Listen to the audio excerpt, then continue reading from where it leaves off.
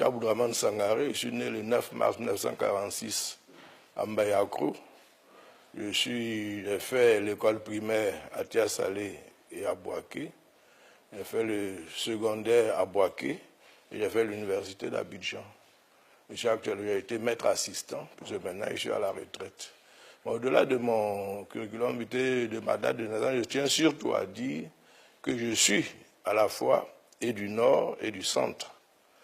Ma maman est baoulée, elle est du centre. Je suis né à Mbayakro, je suis du centre. Et mon père était justement est du nord, il est né à Odiéné. Donc vous voyez déjà ce métissage entre le nord et le centre. Quand on dit que Laurent Gbagbo n'aime ni le nord ni le centre, je suis un bon produit pour montrer que c'est déjà faux. Parce que je suis à la fois du centre, de mon côté baoulé, et du nord, de mon côté malinqué. Et je suis quand même l'un des amis de Laurent Gbagbo. Donc c'est une façon de dire qu'il y a quand même des mensonges qu'il faut justement chercher à extirper. Le président Laurent Gbagbo le disait lui-même, un autre moi-même, c'est mon frère jumeau, c'est une partie de moi-même. Il l'a dit, je vois, c'est flatteur pour moi. Parce que ce qui fait notre amitié, c'est la confiance, ce sont nos convictions. Parce que je pense que Laurent Gbagbo n'a pas besoin de savoir ce que Sangaré a fait, ou ce que Sangaré fait. Sangaré n'a pas besoin de savoir ce que Gbagbo fait, ou bien ce que Gbagbo a dit. Nous nous comprenons et nous nous connaissons. Donc il y a des choses que nous ne pouvons pas, nous savons jusqu'où aller ensemble. Donc c'est d'abord flatteur de dire que je suis l'un de ses amis, et je suis sûr aussi qu'aujourd'hui, là, il me manque énormément. Il me manque énormément. Donc cette amitié-là, c'est une amitié fondée sur le partage, la solidarité, la confiance réciproque et les convictions qui demeurent à nous, et une vision de la politique aussi en Afrique. Or, les souvenirs, je crois qu'il faut vraiment chercher à les raccorder, à les retrouver, parce que nous étions dans l'histoire sans savoir que nous étions en train de faire de l'histoire. Parce qu'au début du Front populaire ivoirien, il faut quand même reconnaître qu'il y a d'abord l'embryon du Front populaire ivoirien, ce fameux serment de Strasbourg, des 4 qui ont posé les bases du Front populaire ivoirien. Zadie Zaourou, Traoré Amadou Di le Puissant, Assou Adou et Laurent Gbagbo. Tout part de là. Il y a ce serment de Strasbourg. Si jamais l'un de nous deux meurt, celui qui reste en vie doit tout faire pour conquérir le pouvoir, pour changer la Côte d'Ivoire. Et le pays, à partir de mars 82, a vu le jour.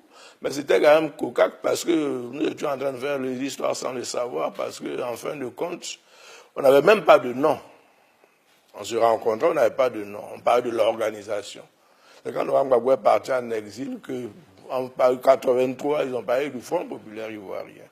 Il y a des souvenirs de la clandestinité. Parce que quand moi, dans mon cas, j'ai été bloqué toute une nuit dans les escaliers parce qu'il y avait un chien devant une porte et je ne pouvais pas passer. On a des souvenirs comme ça, la distribution des tracts aussi, ce sont des souvenirs. Puis même quand on se retrouvait pour le congrès constitutif, les 19 et 20 novembre 1988, pour le congrès constitutif, automatiquement, ce sont quand même de grands souvenirs aussi. Parce qu'en ce moment-là, nous étions pratiquement partis à l'aventure. Il y a eu des moments, même quand une bouteille a explosé, une bouteille doit exploser, on a tous pris peur. Et puis il fallait mettre des gardes un peu partout. On allait pour une grande aventure, mais on ne le savait pas. Et on allait la peur au ventre. On a quand même pu tenir ce congrès-là. Donc ce sont ces souvenirs-là qui parsèment notre vie. Il y en a beaucoup, mais quand vous m'en parlez comme ça, je ne vois que cela. Parce qu'on était dans l'histoire sans le savoir. Et c'est aujourd'hui maintenant que l'histoire est en train de nous rattraper. C'était le parti unique. C'est le parti unique. Ouais, on dit le Front populaire ivoirien. C'est-à-dire que nous n'avions pas de personnalité. On y a un front, une vaste ouverture. Et là, peut-être que viendra la question, c'est que Laurent Gbagbo, bien sûr, il est socialiste, de par son père, qui était socialiste, et de par ses convictions. Mais il est pragmatique d'abord. C'est-à-dire que pour lui, ce n'est pas l'idéologie en tant que telle.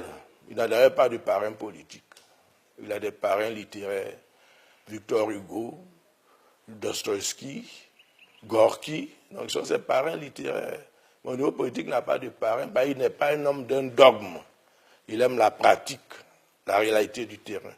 Donc on a parlé de Front populaire ivoirien, c'était au-delà des idéologies.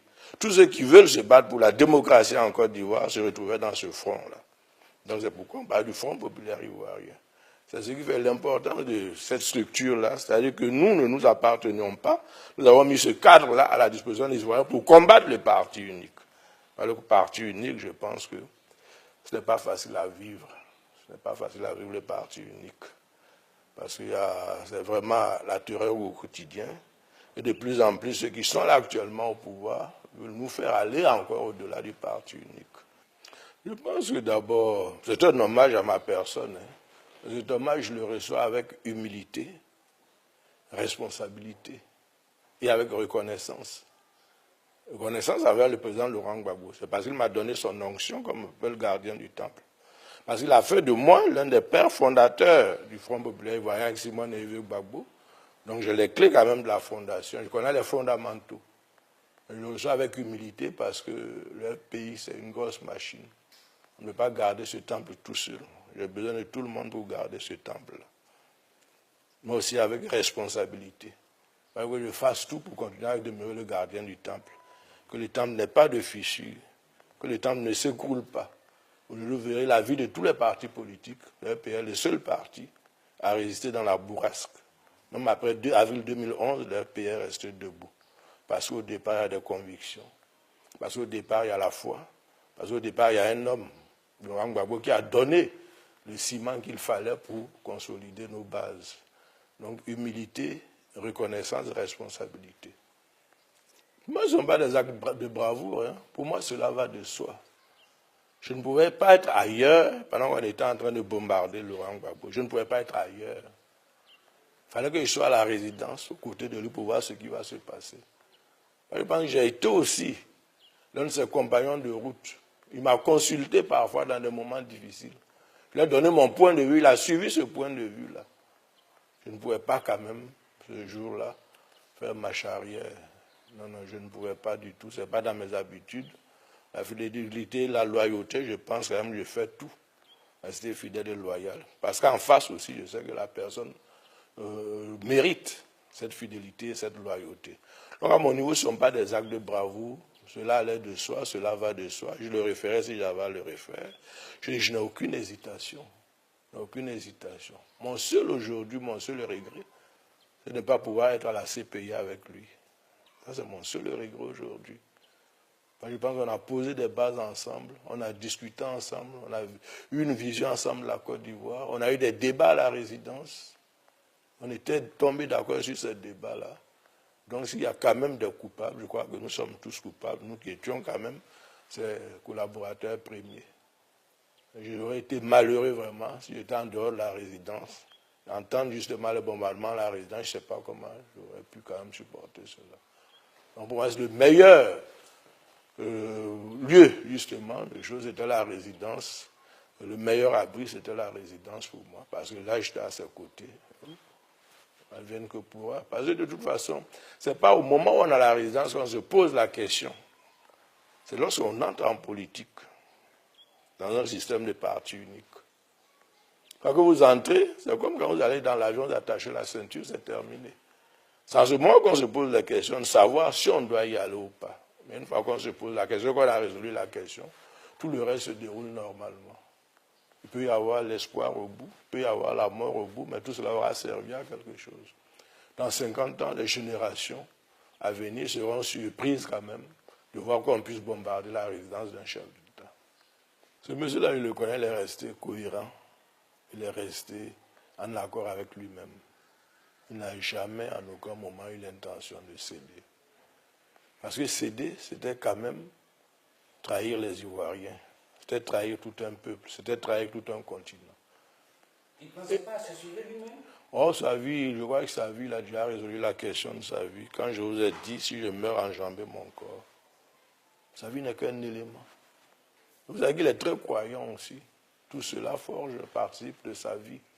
Donc, à aucun moment, il ne cherche à sauver sa tête. Il a toujours pensé au peuple de Côte d'Ivoire. Et même sous les bombardements, il se demandait, mais qu'est-ce qu'ils ont, qu'est-ce qu'ils font?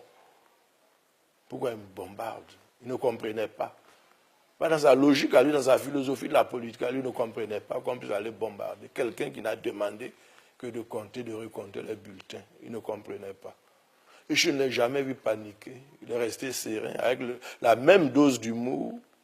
Il passait partout pour réconforter, pour apporter un mot à chacun. Je pense que c'est ça aussi. Aujourd'hui, il a une dimension d'homme d'État. Ce n'est pas en étant assis dans un fauteuil ou bien en changeant chaque fois de veste qu'on a une dimension d'homme d'État.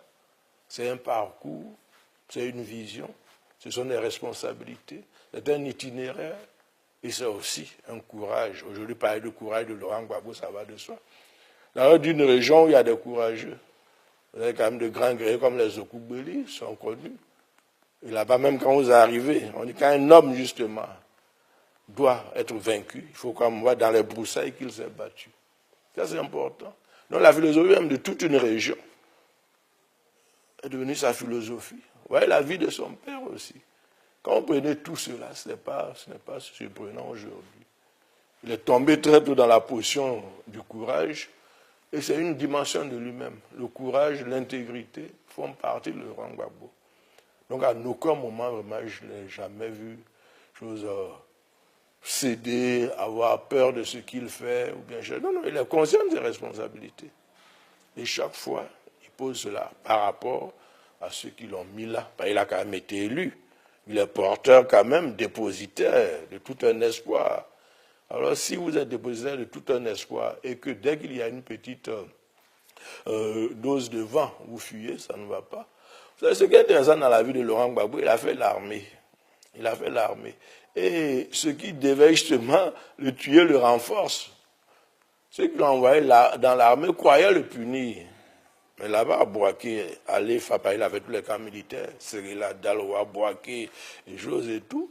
Il a fait Jose à Kouedo, il avait tous les camps militaires. Il a appris le fonctionnement, il a appris le commandement, il a appris la discipline. Il a appris surtout que un militaire, par exemple, un militaire au bout de son combat, c'est mourir.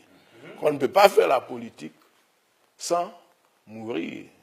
C'est-à-dire que, comme lui-même le dit, pour aller quand même, tu ne peux pas quand même arriver au paradis sans mourir. Il faut d'abord mourir. Il faut prendre des coups. Et même dans la Constitution, il voulait mettre que pour faire la politique, pour être candidat à l'élection présidentielle, il faut avoir fait l'armée. Mais il a dit, bon, encore avec les résistances dont vous parlez, les gens allaient dire qu'ils cherchent la chose. Mais l'armée l'a beaucoup aidé. Lui, dans son action, il y a la mort au bout. Mais bien sûr, personne n'aime mourir. Il doit se battre pour ne pas en arriver là. Donc, pourquoi il est resté serein, tranquille. C'est pourquoi, comme vous avez vu une chose, lorsqu'il est à la CPI, il y a eu cette même sérénité. Quand vous êtes convaincu de ce que vous faites, quand vous êtes juste avec vous-même, quand vous n'avez pas triché, quand vous êtes humain, quand vous acceptez de partager, quand vous ne faites pas quand même des coups bas aux uns aux autres. Je n'ai vu ce monsieur-là s'asseoir quelque part pour dire comment on va déstabiliser telle personne, comment on va lui faire du mal. Non, non, non, jamais. Jamais, ça ne lui ressemble pas ça. Donc, c'est tout cela qui forme le personnage, qui forge un caractère. Donc, pour lui, ce n'est pas quelque chose de nouveau, ça fait partie de lui. Ça fait partie de lui. Et c'est pourquoi aussi, quand on le voit comme ça, forcément, on le combat, parce que ou vous l'admirez, ou bien il devient vraiment un repoussoir pour vous. Parce que quand vous le regardez, vous avez mauvaise conscience en le regardant. Ça, je ne vous dirai pas le nom, mais un chef d'État lui a bien dit. Je vous admire, mais je ne peux pas faire comme vous, parce que je suis trop compromis. Alors ceux qui sont compromis, ou ils lui en veulent et le combattent, ou bien certains qui connaissent son combat, mais ils ne peuvent pas s'engager, parce qu'ils sont trop compromis, mais ils l'admirent tout de même. Et tout cela qui fait qu'il pose problème aujourd'hui en Afrique. C'est un mauvais exemple. Son exemple peut contaminer les autres. Comment un Africain peut oser se battre pour l'indépendance de l'Afrique? Comment un Africain peut oser parler du franc CFA aujourd'hui, parler d'une monnaie africaine? Comment on peut avoir une diplomatie où on n'est pas lié justement par ceux qui vous ont colonisé, ou parler d'ouverture, de choses, d'élargissement de la carte diplomatique? C'est un langage qui n'est pas fait pour un chef d'État nègre. Le nègre, c'est la chicotte. C'est tout. Le nègre, c'est la chicotte. Et le nègre qui refuse d'être chicoté, on prend même vos frères nègres pour vous chicoter. Donc, c'est malheureux. Vous savez, nous sommes des démocrates. Et quand on est démocrate, on est plutôt sûr. On ne s'est jamais assis un pays pour dire, quand on parle de transition pacifique à la démocratie, là, c'est une conviction en nous. Les armes, tout ça, là, non, non, non. Et on ne regrette pas ce choix-là. On ne peut pas comprendre que des gens qui veulent prendre le pouvoir puissent quand même user de tous ces maléfices-là. On ne peut pas le concevoir. C'est pourquoi vous avez le pouvoir, mais vous n'avez pas la légitimité. Donc, on va avoir à la fois la légalité et la légitimité. Ils n'ont même pas la légalité. Quand on n'a pas la légalité, on ne peut même pas avoir la légitimité. Donc à ce niveau-là, le 11 avril, là, on se demandait vraiment, c'est pourquoi je vous dis, qu'est-ce qu'ils ont? Pourquoi ils agissent comme ça? Laurent Gbagbo n'a pas toujours compris pourquoi on le pilonnait. Il n'a pas compris cela.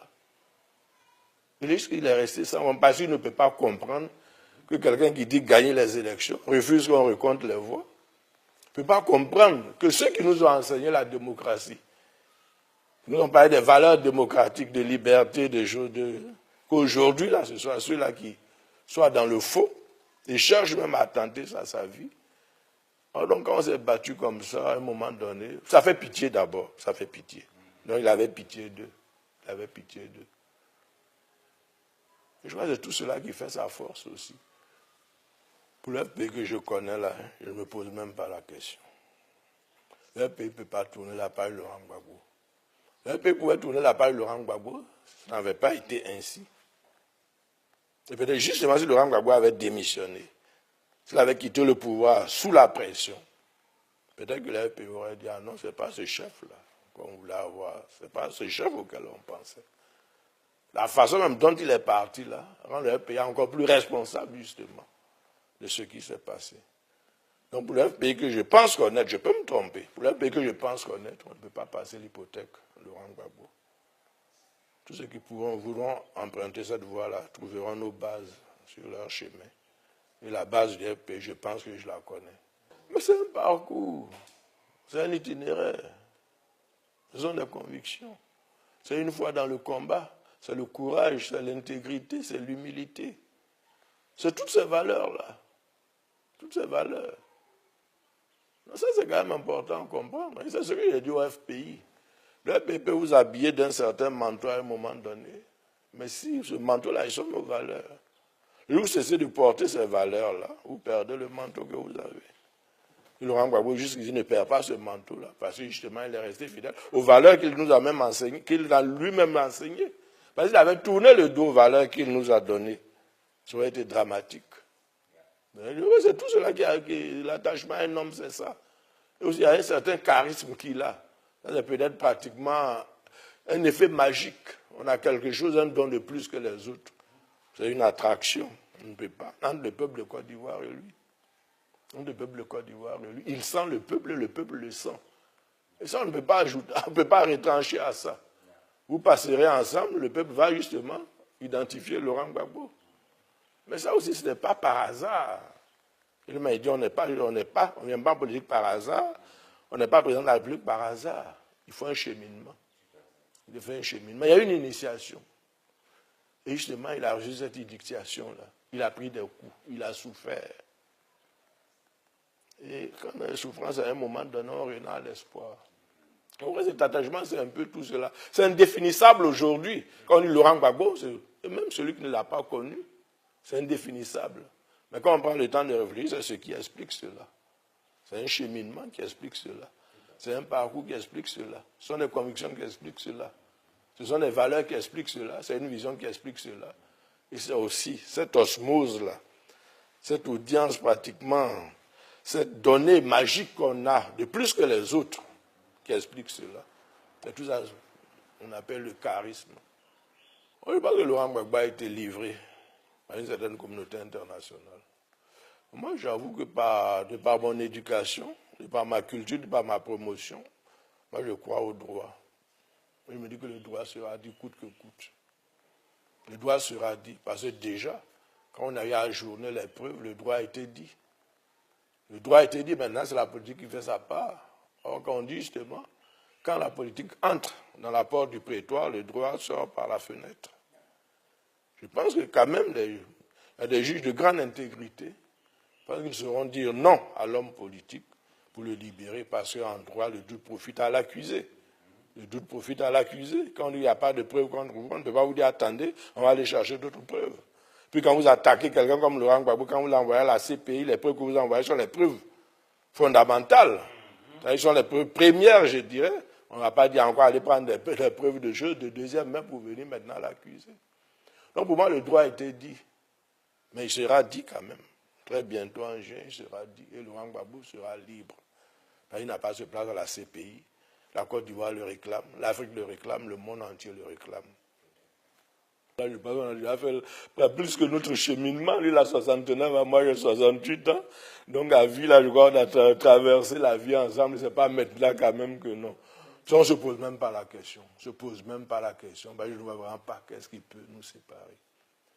On ne voit pas. Il y a quand même, je l'ai connu en 70, hein.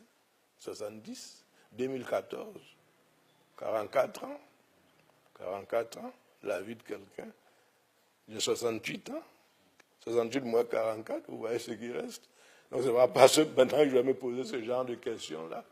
On ne souhaite pas mourir très tôt, mais au moins en mourant, il faut qu'on laisse quelque chose. C'est ça seulement notre conviction. Laurent Gbagbo laisse déjà quelque chose. Mais je crois que la Côte d'Ivoire a encore besoin de lui pour terminer. Il n'a pas encore fini. Il n'a pas eu le temps de réfléchir sa vision, attaquer de part et d'autre, parce que justement il était un visionnaire. C'est un peu comme on dit l'albatros de Baudelaire. Ses ailes de géant l'empêchent de marcher. Ses ailes de géant n'arriveront pas à l'empêcher de marcher. Il marchera quand même. Il marchera, il marchera.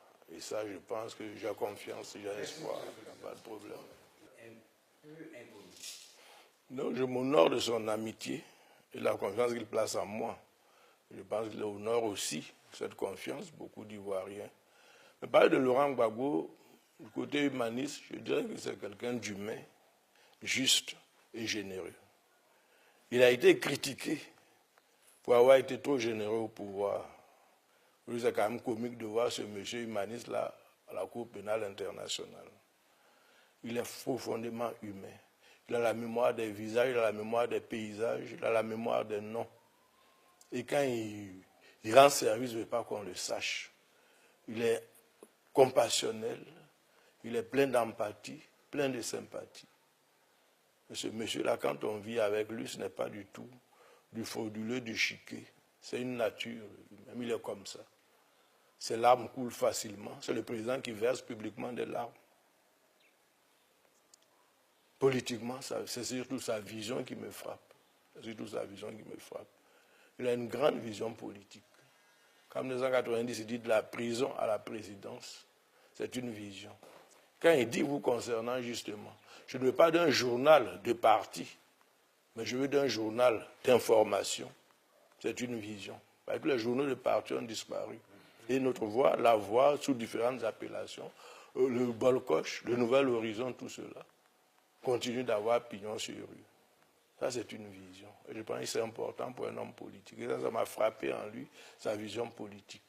Et quand on a une vision politique, c'est cette vision qui fait qu'il se bat aujourd'hui pour l'indépendance et la souveraineté de la Côte d'Ivoire. C'est ça aussi la vision. Parce que c'est que demain, c'est forcément par les indépendances que l'Afrique pourra s'assumer. Il s'est battu pour une monnaie africaine, aujourd'hui on en parle.